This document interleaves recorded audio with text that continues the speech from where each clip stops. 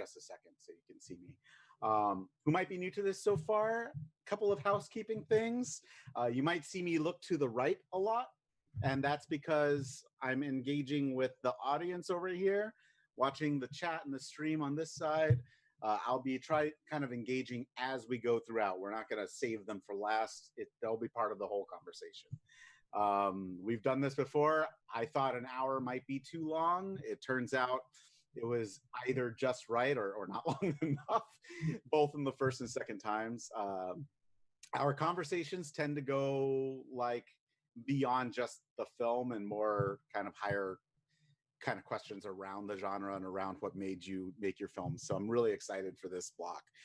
That being said, I want to address a couple of the questions already in the, I'm going to go to gallery view. A couple of questions already in the chat. Yes, we're in the final third of the actual Campfire Tales short film live Q&A sessions. Thank you all for coming back. Those of you at home, all right, I see more people signing in. That's great. Now, someone said, when is the Fabio Frizzi interview? So Fabio Frizzi lives in Italy, so I could not do that interview live with him. That's actually available to watch now. But unfortunately, that one couldn't be live, or we'd be doing that one at 6 in the morning. It was rough for me by myself. It would be rough for all of you too. So you can watch it at any time. Tonight's conversation about Fulci will be with Beth Accomando, my programming partner here in San Diego, and I'm sure all of you know Beth. All right, that being said, let's introduce our panelists. Oh, and I didn't say this is Horrible Imaginings Presents Campfire Tales because I'm not used to doing this virtually. We're all kind of weird spot here. So I'm gonna go by how I am seeing the grid in front of me here, which might not match what you see at home. Luckily, I will. Everybody's got their names by them. We'll start with Mania Studio Inc., since that isn't your personal names. The handsome fella in the sweater there is Ronan Jora, director of Scratch, and next to him is Carrie Van Driest, producer of Scratch, and below them is Luis Quijano, director of Caminante Caminante, Wanderer Wanderer, and below him is Charles Piper, director of Malacastraca, and then below me it's Caitlin, right? Yes, Caitlin. Yes. You got it. So I watched Game of Thrones with my wife, and her name is Cat. They call her Catelyn, so that's what I keep seeing in my head. So forgive me if I ever say that. But that's okay. I'm okay with being a Game of Thrones character. Caitlin Aviles, director of Steve and the Dead Girl. And Steve, if you are in the chat, I don't think that was about you personally. So. We'll just throw that out there. Already we've got people talking about stuff. Wow, we've got a good group this time.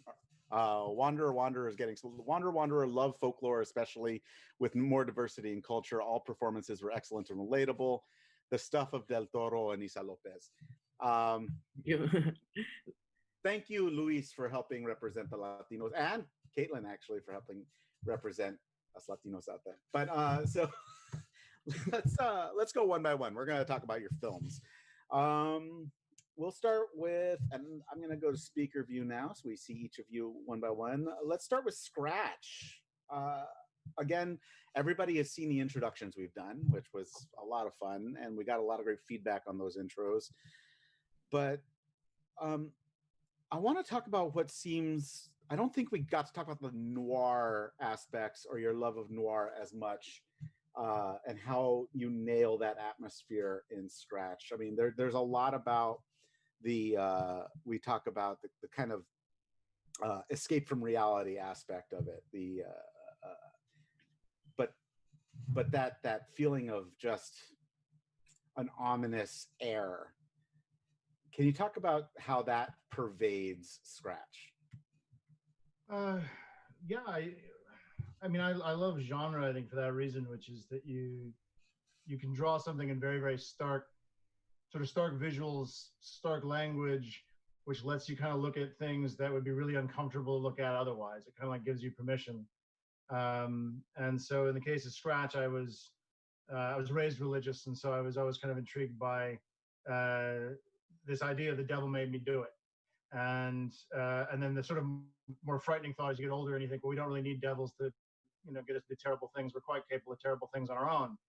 And so I thought the genre kind of mixing noir with a bit of horror sort of fit that, because you could kind of look at something. I mean, in this case, you're looking at someone who's got this extreme sense of victimhood that's turned into this kind of toxic violence, and it's something that's really touchy to think about. And so I thought if I put the audience in his head and you give them a world that is as he sees it, so you're always sort of left to question how much of this hyper stylization is what's actually happening and how much of it is the way he's chosen to see the world. Then it lets you look at some things I think that would be almost too uncomfortable to look at otherwise. So I've always thought that was a strength of genre work. I have to bring up Jeffrey Pearson says, we've been to the Bendix Diner, Jersey Rocks.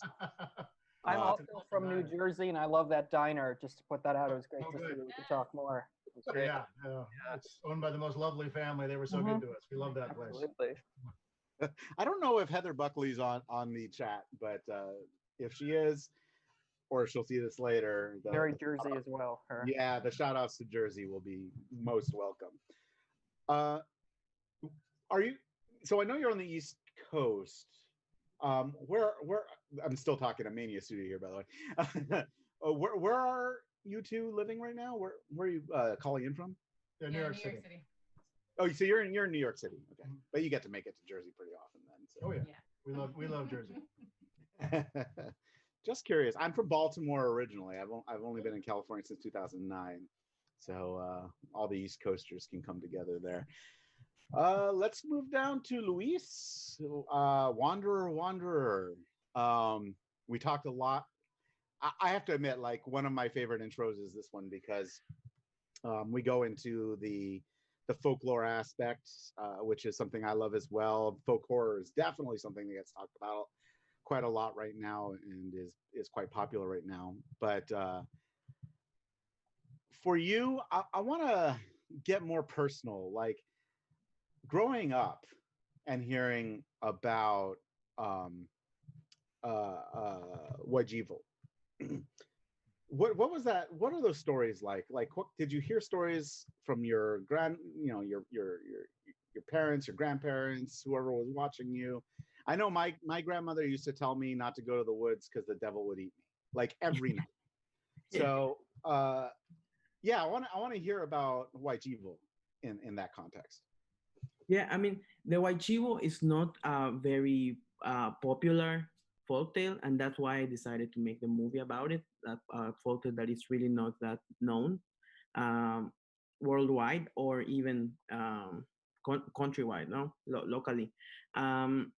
But yeah, I mean, growing up, you always hear and you're always told of these countless stories of ghosts and demons and monsters that are all related to just stuff that you shouldn't do, like don't treat people this way, don't do that, don't do this, and it's all really, it all comes from this culture of belief that we have in Mexico, in a lot of Latin American countries. So it's all it all started that way. Like we know these stories, but it wasn't really until, I mean, I went to school. I went to a Catholic school, so we used to go on missionary trips for every Easter.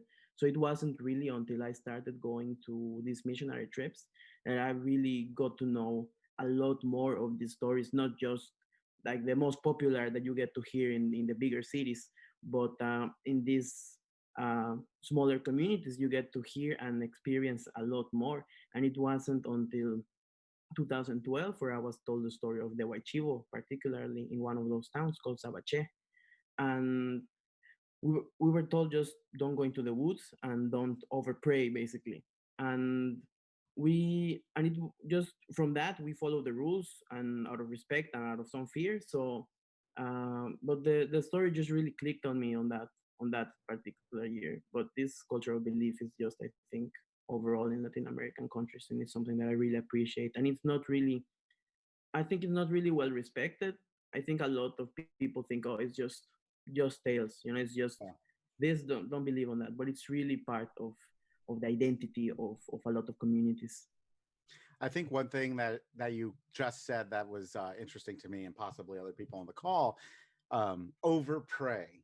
You know, that is something that is familiar to, I think, a lot of us as Latinos, but not as familiar probably in the States, where, you know, prayer, if you are religious, there is no over pray. You know, Yeah. that's very interesting. We're going to keep that conversation going, but I'm going to go to Caitlin. Something very different than folklore. Yours, I had to pick, and we talked about this, and I still think it's the most taboo thing we have this weekend is necrophilia. So, Awesome. even like, you know, in the programming meetings, yeah, everybody was talking about how they were very involved and engaged with the film, but made pretty uncomfortable. So, yeah, why necrophilia? Uh, yeah. So I grew up on horror, and it's always been a genre that I loved. And when I started getting into movie making, I knew that I wanted to make horror films. And then in my undergrad, I got a degree in psychology, and I spent a lot of my time kind of studying abnormal psychology specifically. And so I was really interested in kind of combining the two worlds of abnormal psych and horror, and seeing what I could do with it. So that's kind of how I got the idea for it. It just kind of sprung into my head one day. And I remember pitching it to my film professors of like, hey, I have this idea for a film. And they were like, absolutely not. You're crazy. What is wrong with you? so, so that's kind of how it started. It was really my background in psychology and just kind of interested in exploring something that was taboo and kind of weird. Do you think that their immediate and very strong reaction in aversion just increased your need to make it? Absolutely, yes. Once they said no, I was like, yeah, I'm going to make it now. I love when that happens. All right. All right. Speaking of psychology, let's talk to Charles for a second. Charles. Yeah, hi. Psychology and fatherhood. For sure. Big parts of your film.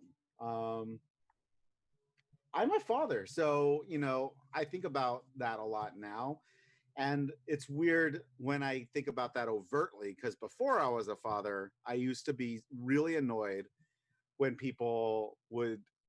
All right, so let's say We're going deep here. yeah, we're gonna go real deep because it's just what I think about, and that's just me. But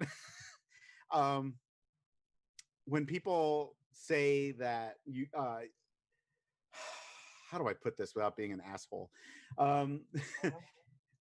let's say something really terrible happens, like a sexual assault, and then all of these like politicians are like, I have daughters and wives, and Right. Why is that? yeah, like, why do you need that to be pissed off about this? For sure. And I used to be and I still, to be honest, still get very frustrated about that. I still don't think you need that. However, now that I have a daughter, I get it a little more. Yeah. You know, like my rage on that kind of thing is more acute, which really has nothing to do with your film, other than the fear of father. Yeah, right. Yeah. I mean, let's go into that. To go off of that, it's been interesting because I wanted to make a film about something I thought was the scariest, most horrible thing possible, which would be, you know, you're in a relationship or a marriage with the wrong person. They're losing their mind, and it's too late for you to deal with it, and you're perhaps complicit in your own way. It's an unbalanced thing, but all this leading to the worst thing possible, which would be injury against one's own child. And yeah, it terrifies me, like on a very personal level, even though I'm not a father yet, but I'd like to be.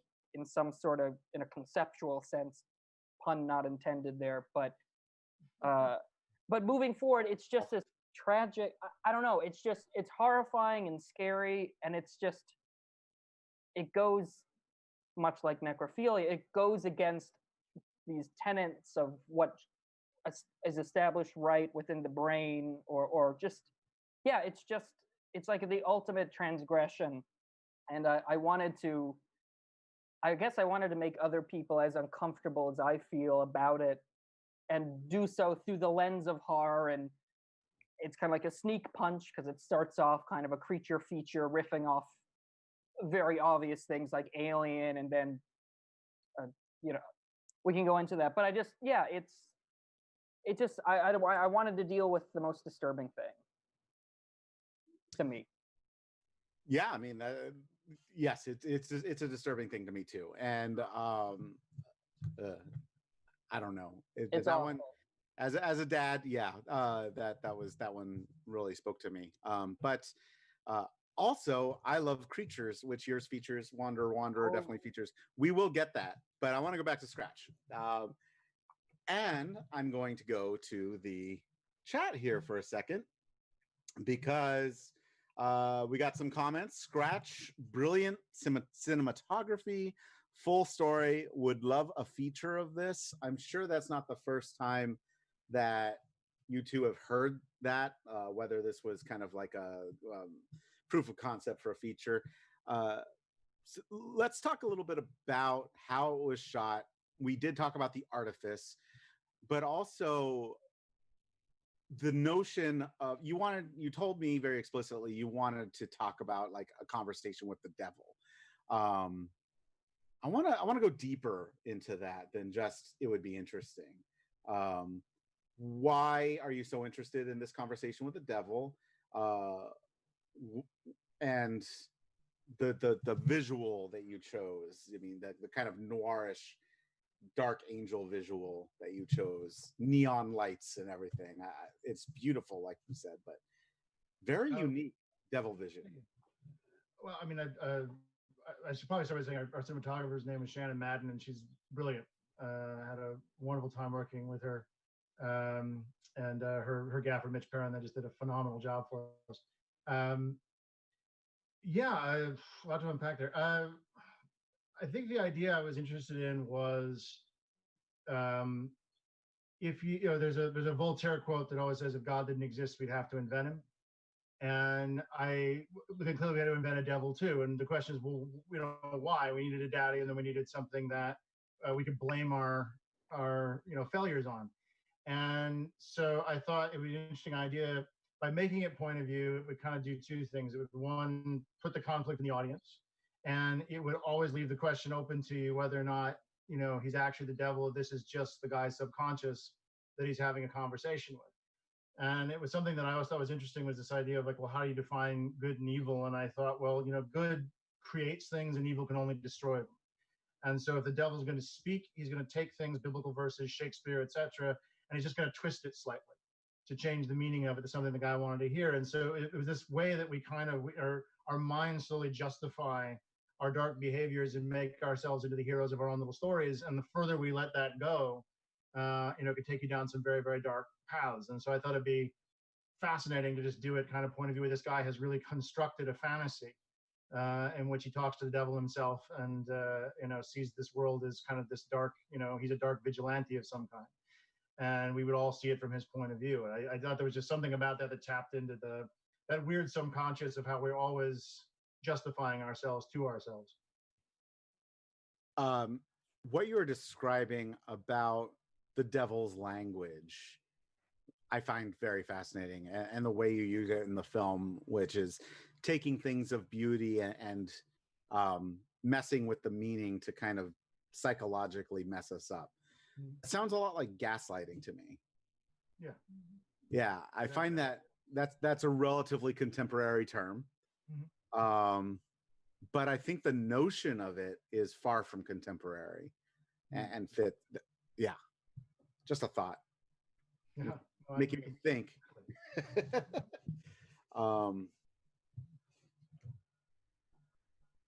Oh, okay. I thought I had a couple of other questions really quickly. I want to talk about, hey, Caitlin, are you around? Yes. Okay, so you've got a lot of corpses Right. in your film, which Just is a few. necessary. Yeah, just a few. Once I had an actor tell me one of the hardest things to play was a corpse. So talk to me about directing corpses. Yeah, it was funny. So the kind of main corpse that our main character ends up falling for, she was really the only kind of actress, like trained actress that we had, and then the rest of them were just kind of my friends that I was like, hey, come to set and pretend you're dead, and everyone was like into it. So yeah, that was definitely hard because during like certain shots, like wide shots, it wasn't so much a problem, but when you would do like get closer, and it was like, okay, like sorry, but you can't breathe for like a couple minutes, or like try not to blink like as much as possible. So, and then just trying to figure out ways with my camera person to kind of work around those issues as well. So those were kind of the challenges of working with the corpses. Would you, would you work with so many corpses again? Sure. Yeah, it was fun. All right. Good. Keep going. Oh, my daughter just came in and we're talking about necrophilia. That's I want to talk about creatures for a second. We've got Malakastraka, and we've got, of course, probably one of the most ambitious creatures in a short film that we might have ever shown, which is in Caminante Caminante. An absolutely masterful, full-sized White Chivo. That was beautiful. So let's start with Luis. We haven't heard from you in a minute. So, how did you get so ambitious with your monster? I think first of all, I always loved monster features. And from the beginning, I knew I wanted to make a movie about a monster, not a ghost or a demon or any other spirit or tale. I knew I wanted to make a monster movie. So I from the beginning, I knew I wanted to go away a little bit from the appearance that it has in the minds of a lot of people from the communities, but also respecting it, but just doing a little bit of the story and a little bit of me. And it was just really a good collaboration with the makeup artist. His name is Christopher Osorio. Him and his other two, the two guys from the makeup team. We just worked a lot on what would be possible to make for a camera and what would be possible for the actor to really hold, and also taking in consideration that we were shooting overnight and in the dark, so in the middle of the forest. So it's just a lot of work on that during pre-production. And the actor also that played the White Chivo, his name is Julian Cavett. He was very patient. He was very committed to the role, and the makeup took between 4 and 5 hours to put on, and like 10 minutes to take off. um, so it was a combination of that, of just really paying respect to the tale, a good collaboration with the actor, and a great collaboration with the makeup team. One of the things I also love about your creature in White Chivo is how you decide to shoot. Well, first of all, White Chivo doesn't show up for most of the film. You know, it's only at the very end, which is classic monster movie. But also, you're very particular in how you photograph White Chivo. It's either like through the horns, these like all of these angles. I love just the hands. There's very few shots of just the full monster, but it doesn't feel like you're hiding the makeup. It more feels like you're enhancing it with your angles. How much did that come into the storyboards, or at what point did you figure out this is what I want to show? Yeah, also it was a lot of work in pre-production with the cinematographer. We knew what was the look of it, the look of the movie. And I think in every horror movie, the moment you see the moment you see the monster, the moment you see all the features of the monster, you kind of get away from really the horror of it, or you see some irregularities on the makeup or something that you don't like, something that you don't like seeing.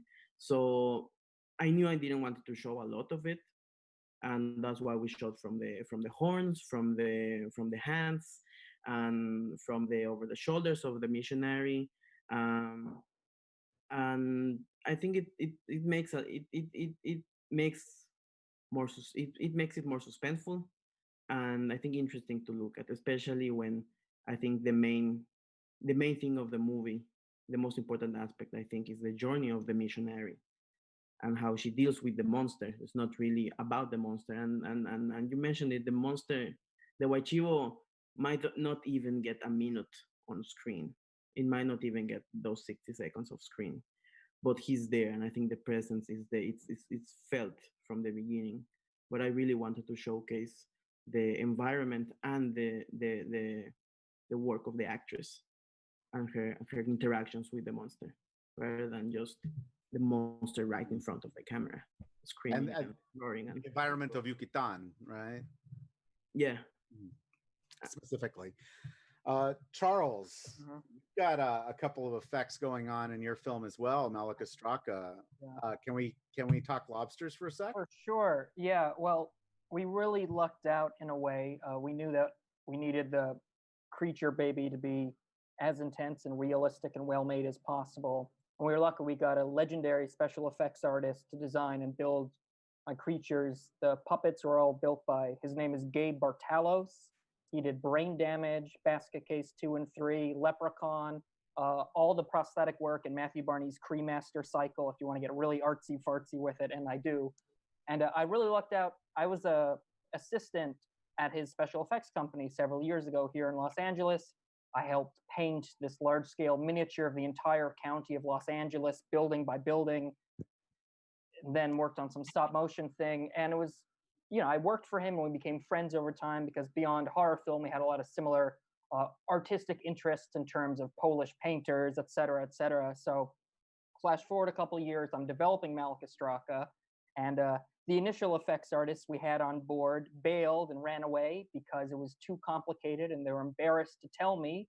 And the producer, that's a whole, no need to get, long story short, I realized, why didn't I just ask Gabe? It was almost as if I was intimidated by his legendariness, even though we're friends. So by the time I reached out to him, I had a stronger script because it's been over a year of development, and he signed on board and designed and built the creatures, and they're just incredible. And I'm so glad we got him involved. The film would not have been what it is now without Gabe's work. Sorry, I was looking at the chat as you were talking. No worries. So Jeff says something about Steve. Oh, this is about Steve and the dead girl. Steve and the dead girl. Thanks from keeping it from being hostile level. It works and pays off story-wise. Also, Wanderer, beautiful monster, perfectly framed. And then Malika Straka, I yelled, not the pot, and then you went there with the reveal. It had to happen. Yeah. Did you actually shoot different endings? Oh, God, no. So the ending, the whole thing, it leads to the ending, and I've had some responses snarky like, oh, what an obvious ending. And my thing is, that's the point.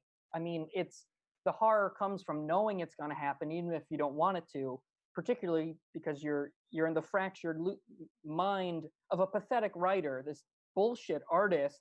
Of course, some shitty would-be great American author losing it would go with the most obvious, ending. We could get into metafictional levels of that with my own brain later, but I knew the two actors in it, I've worked with them before. They're friends who've been working in LA for over a decade before I met them, which is why I cast them because they have chemistry. But I knew I could sell it solely on Charlie Pecororo's face, and that was all I wanted to do. I would never actually show what happened to that baby. It would be too much. So we knew that the power of his face reacting and the audio of it going from monstrous to human sounds would sell it. And of course, that we only had 2 takes of that, and it was a very intense shooting schedule. It was the last thing we shot on the last day of it, and we ended up using the first take in the film because it was all there. But yeah, that was always going to be the final shot from the earliest version of the script. Same comment. Comment from the same Jeff Alderman, who asked about the endings. It says not obvious, perfect ending. Thank you, Jeff. Let me ask you something. And I know the answer to this is probably yes, but you've seen Sympathy for Mr. Vengeance, correct? It's been a long time, but yeah.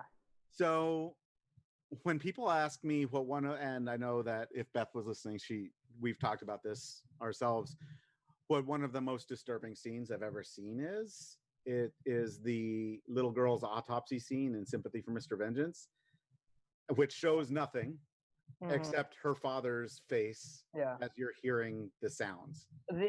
I'm all about that. Like, I love a good creature, of course. There's nothing more fun than a noodly puppet wiggling around in close up. But beyond that, horror is in our mind. Horror is the face.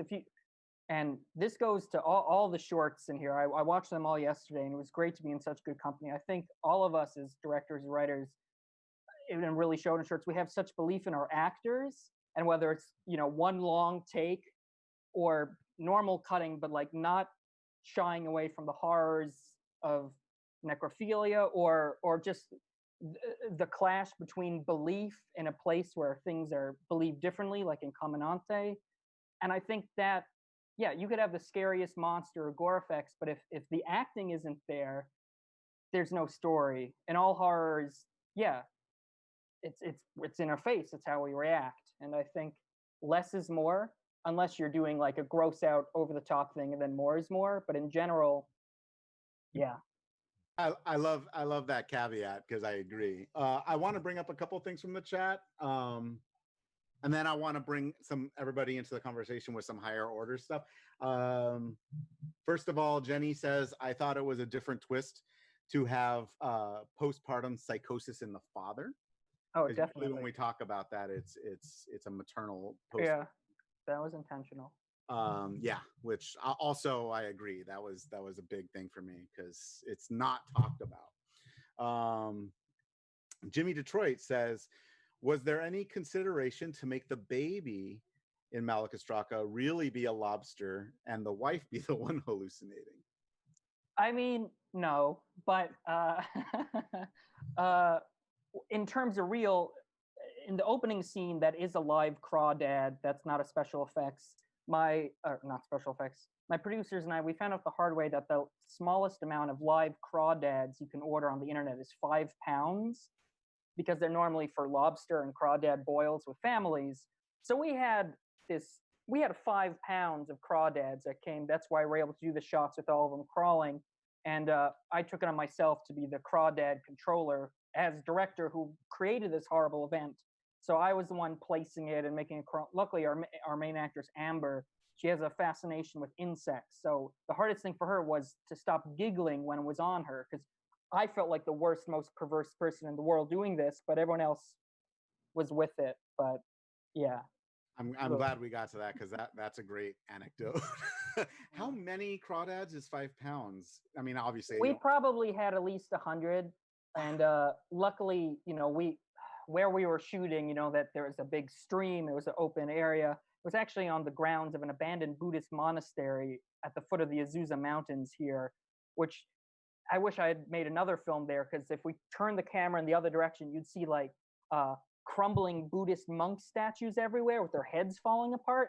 Amazing. But all the crawdads that didn't kill each other by fighting in the bag, we released into the stream. So technically, there could be a whole new generations of families of crawdads living there 2 years later from us. Yes, you've introduced them into the environment. Way to go. So, the owner of the land was okay with it. So, but yes, they're delicious, right? Anyway, so this is going to be for everybody, and it's kind of hopefully it'll get you talking about your process and your need to tell stories. In the last live stream, we had a number of filmmakers who didn't necessarily grow up on horror. We had one who did, but was still really scared of it, and a couple who kind of came to this peripherally.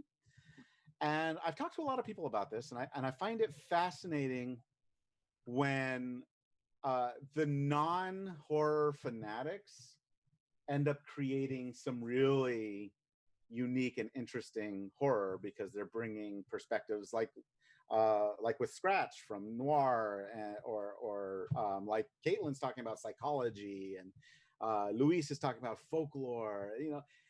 So what I want us to talk about, what are some things that you think have influenced your need to tell stories that are not watching horror movies? And it could be, golden age Hollywood musicals, it could be psychology, it could be anything. But I want us to get away from the discussion of horror for a second. I feel like a lot of these discussions are like, what can horror do for us? And I think a lot of us know that already, right? So how can we expand on that on a more holistic way? And let's go back to, well, all of you might be thinking of how to answer that right now, but I'm gonna go to Mania Studio to get us kicked off, because mostly because I haven't heard from you in a while. I mean, in brief, I guess my history with horror is, I liked it a lot when I was a kid. I actually have not been as up on the genre as I've gotten older. And it'd be funny enough, when I wrote Scratch, I didn't think of it as horror, which is silly now. But at the time, you don't. I just kind of don't think about genre when I'm making something, and then when it's done, I sort of figure out what I did. But yeah, I think for me it was. I think if you pull in, I'm much more horrified by things that are real, and I feel like if you can take the fantastical and you can bring something real and put it underneath it, it makes it much more frightening. And yet, the creature work, like in Luis's film or Charles's film, like it lets us face something that's just too terrifying to think about, that is very real, but by heightening it, I can deal with it.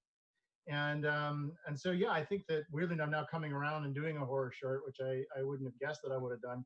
Having, I've been working on dramas, and actually the other things I was working on was sort of a high concept science fiction thing. I ended up finding that really fun to then bring that into that genre and kind of go, well, here are the things that frighten me. Here are the social elements that I'm concerned about, that I see kind of bubbling under the surface. And you suddenly realize, horror is kind of the perfect genre to give these things a voice. If I did it as a drama, it would feel like I was preaching at you from a soapbox, or, and you turn people off. But you do it as horror, and people listen to ideas that they, might not otherwise. And I can explore ideas that, I might not otherwise, because I always feel like I can't like do a thesis and then present it to you. It's like, I have to go ahead and wrestle with the questions myself and be made uncomfortable myself in coming up with it, so that hopefully that experience translates to what you watch. So weirdly enough, not having been in that genre and then coming around to it, I found to be really liberating. It was really fun. I can't watch horror. Yeah, she's terrified. I can't. Really? You have nightmares? See, I'm so jealous of you. Nothing scared. So anyway, I have to put myself into a child's point of view to let myself get. I don't genuinely get scared about anything anymore. And usually you hear people say that, and it's like a boast. But I'm not boasting. It's just I've been too much. I watch like 1,700 of these a year. It's like. That'll do it. Yeah. Well, yeah. That's been what's interesting too, because like, obviously I'm here, like I produce it, but the only reason I'm here is because we live together. So otherwise I would let him do all of the talking.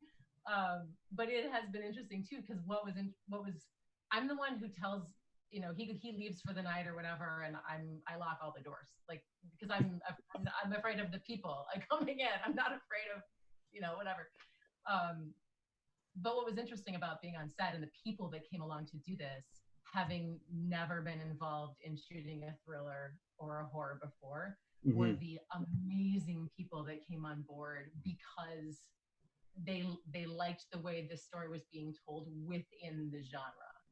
That they were already fans regardless, but they were especially thrilled about the noir aspect of it and about the fact that it was this POV thing. Like our DP went bananas when she was able to conceive of what it would look like and the idea that it was through somebody's eyes. And we've had comparisons to a video game and all that stuff, but in some way the immersive quality of it is what actually does make it more frightening. So, like, what's funny about that is what I don't think about video games. I think about Dark Passage, the Bogart film, which is half POV noir film, and that's what I was thinking about watching it. Great film too. Yeah, phenomenal film. The ending, I'm not too keen on, but let me not go too crazy here. Luis, first of all, we can dovetail this a little bit because we do have a question in the chat saying, are there other folk tales or particular stories that have interested you? But we have talked about how religion has influenced you and how folklore has influenced you. I'm wondering about any other kinds of things that make up your storytelling DNA besides those things, and then you can talk about other folk tales as well. I think I mean, this was my first short film in Spanish. Before I used to do I've made a lot of dramas as kind of like a way to find my voice. Then I made my first horror short film, which was a ghost movie. But then I really sat down and began to think really what makes me me. Like, what can I really say that's just really something very particular to me. And I think what really defines me is that I was born in Mexico, that I'm a Latino, and that I come with a lot of culture behind me. I was raised in a Catholic family, and I grew up also watching a lot of movies and a lot of theater. So all of this combined really made up my decision to make my first Spanish speaking movie based on a endemic Latino story. So that really, I think, was my most the most exciting and the most rewarding process of just communicating with an actor in Spanish, communicating with a lot of my crew also were Spanish speakers. So it's just this sense of collaboration that I really had this time with this story that I didn't have before. So I think that's really my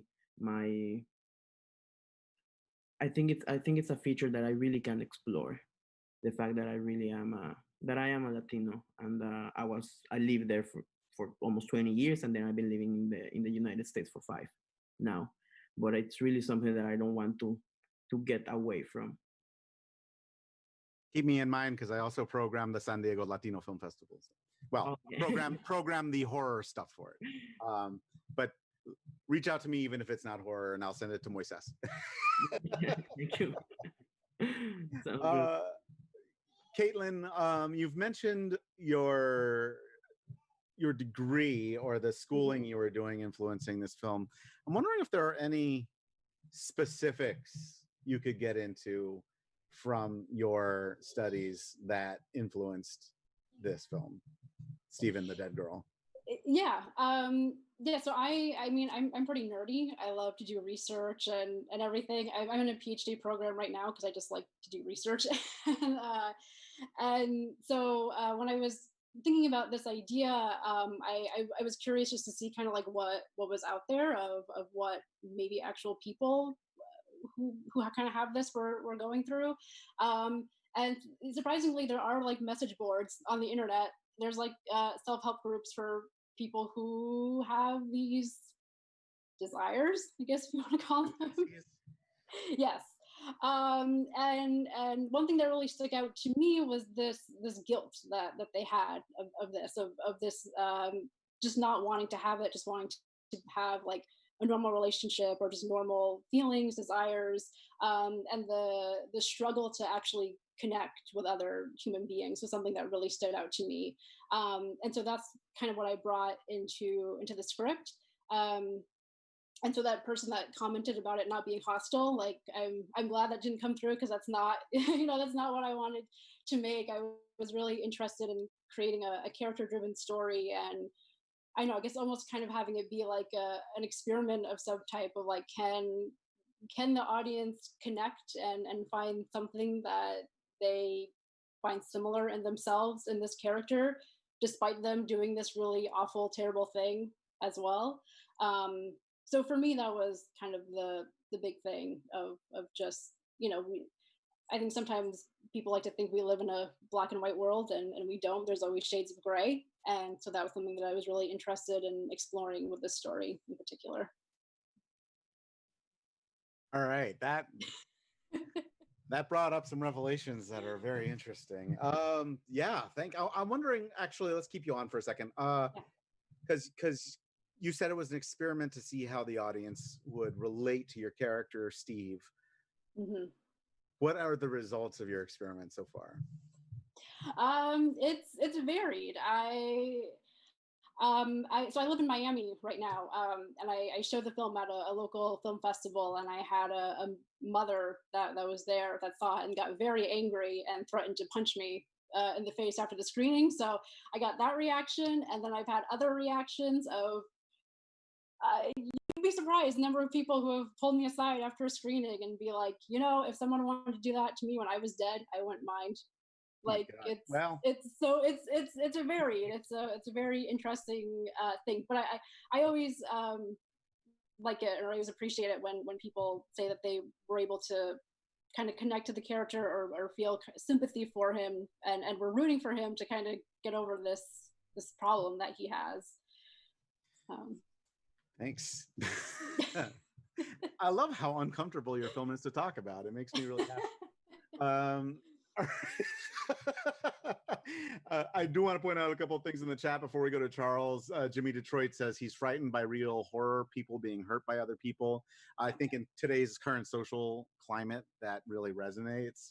And since we're going to Charles, I was holding off on Jenny Ricewick's. In all caps, it says, "Oh God," and then it goes on to say, "Now, oh, I lost it. Now there will be some Los Angeles mutant crawdads." Oh, that's on me. That's my burden. Yeah. Oh, and then Jenny goes on to say it's a really interesting taboo. Ultimately, is it victimless, except also not? I guess the idea, like, it's a hard question to answer, because can we say that there's consciousness after death? Are you just like a slab of meat once we're dead? It's a good question, and it's one that nobody would want to answer, I think. It's very uncomfortable. Thanks, Jenny. You made it even worse. I love it. All right, Charles. So if we're going back to storytelling in general? Yeah, let's go back to the original. I mean, to be short, I was one of those horror-obsessed people since I was a child. No reason why my parents weren't horror intrinsically into it, but they were weirdo theater parents, so they let me watch whatever. And so storytelling was just always around me from a very early age, because my mom, she was a classical ballerina who trained in New York City in the 60s and then became an actress in theater, where she met my dad, who was a set designer. So my childhood growing up, they were always in plays and taking me to Broadway and seeing all this. So it just was always in the air. Then for whatever reason, an errant wind blew monsters into my brain, and I went from there. But yeah, storytelling, I don't know. It's just, I'm always surprised by people who aren't driven to tell stories or to interpret. I find it, there's so much in life we don't control. And by that, I mean everything. We don't control who we are, how we're born, when we're born, where we're born. We just suddenly are, and we have to deal with it. And so I feel like for me, storytelling or writing, directing, or horror filmmaking, it's taking control from an uncontrollable reality. When people say to me, like, why are you into horror? I'm like, have you ever looked out your window? it's just, for me, storytelling is, yeah, we're making sense out of the senseless reality around us. On mute because I'm addressing the chat. We are shockingly basically out of time. Because I mean, so this is the third, and everyone's been like this. It's like, how has an hour passed so quickly? Which is a good thing. So I said this in part 1 and part 2. So for part 3, I'll say this again. I'm always looking, since we're in this pandemic and we're doing this virtually, what are some things I can offer virtually that I might not be able to offer standing on stage? And one thing is, we have this recording. Each of you will get your copies of this that you can do what you want with. We'll also be posting it on all our channels, our website, YouTube, yada, yada, yada. But I'm about to ask you, what projects are you working on? What should we look for? What is available online and so forth? On stage, I can't add links to that, and now I can. So yeah, let's start with our Mania Studios folks and go down the line. We've developed the short film into a television series, and we're working with some producers. We're checking it out over the next couple of months to shop it. So it's still in that world, but a lot more of it. Oh, and yeah. So that's one thing. We're also shooting a entirely in our apartment on green screen short film that I wrote that is just me in a voiceover booth having a mental breakdown, which is based on an actual experience. But so much of Scratch is the genius of Ronan's VFX work. Not as much as you think, but there's amazing stuff there. That we're able to do it in one location, so the location is going to be entirely CGI, and then it's me and the microphone that are going to be things to track for the VFX. That's it. So that'll be in the next month or so. Right. Hit us up with more information, and we'll help spread the word. Thank you. Luis. Yeah, I mean, I'm also developing the short into something bigger. I'm developing it into a feature. I'm now the script is in a good shape now, so I'm going through all the funds and the grants process, trying to make the process go a little faster now. With all this, hopefully get it done during the next year. And also, I was planning on shooting a short film before the pandemic started. I was aiming for April, but now I'm aiming for July. So most likely I'm gonna have another short film. I'm gonna shoot another short film in July and another one in October. So yeah, I wanna get working as soon as the pandemic really slows down a little bit. Yeah, cross our fingers. We're all waiting for that, my friend. Caitlin, well, you're working on a PhD. What do you have time for? Yes, in my spare time, doing a PhD. Yeah, so Stephen the Dead Girl is my only film right now. It's the first film that I directed, and I'm happy to say that it kind of got bought up by Alter, so it's going to be on their streaming platform hopefully in the next couple of months. Congratulations. Thank you. And I was also supposed to be shooting another horror short in April that had to get canceled because of COVID. So I'm hoping to shoot that now in the fall and send it out to festivals next year, hopefully. Cross fingers for you too. And Charles, how about you? Yeah, so I have a new short that finished about a year ago. It's not hard. It's a tragic romance. It has some supernatural elements. It's called When We Dance. I met a screenwriter back in 2018 at Film Quest, and we hit it off. So he sent me some of his scripts, and I like this one. I like the idea of doing something a little bit outside my wheelhouse. Where that'll end up next, who knows? The fact it's not horror it kind of is a out of left field follow-up to Malakastraka, but we're waiting on the producer submitted it to several more film festivals, so we'll see where that ends up, whether virtual or not, over this year. But then beyond that, I am developing several new screenplays, including I told myself I wouldn't do it, and for the longest time it wasn't my plan, but I have finished a feature screenplay adaptation extension of Malakastraka. So who knows where that'll go, but in lieu of more actual festivals, my focus this year is submitting it to screenplay competitions where perhaps it could get some interest and be read and end up leading to something maybe in a better future. So we shall see. Yeah, we shall see. And good luck. And Malika Straka is currently also on Alter, isn't it? Yeah, Malika Straka is on Alter, and You're free to say that. yeah. I'm very glad to have it there. That was a cool light at the end of the long tunnel for it. And in the next couple of weeks, it's also going to end up on the Director's Notes website. Oh, excuse me. It was on Director's Note. It's going to be on Short of the Week in a couple of weeks. So it keeps on crawling, which is great. Proliferating like crawdads where they don't belong. No, I'm just kidding. Okay.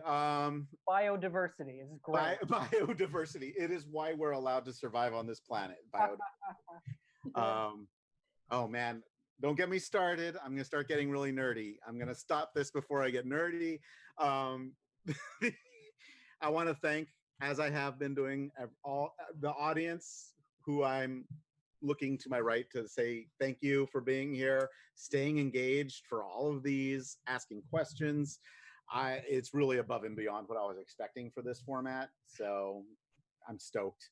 And all of you who submitted, who did the hard work, and who jumped on this call with me to share it and talk about it, and I really appreciate it. So thank you too. Thank you for having us. Stay safe, everybody, and well, I hope to hear from you real soon. For sure. Thank you. Bye.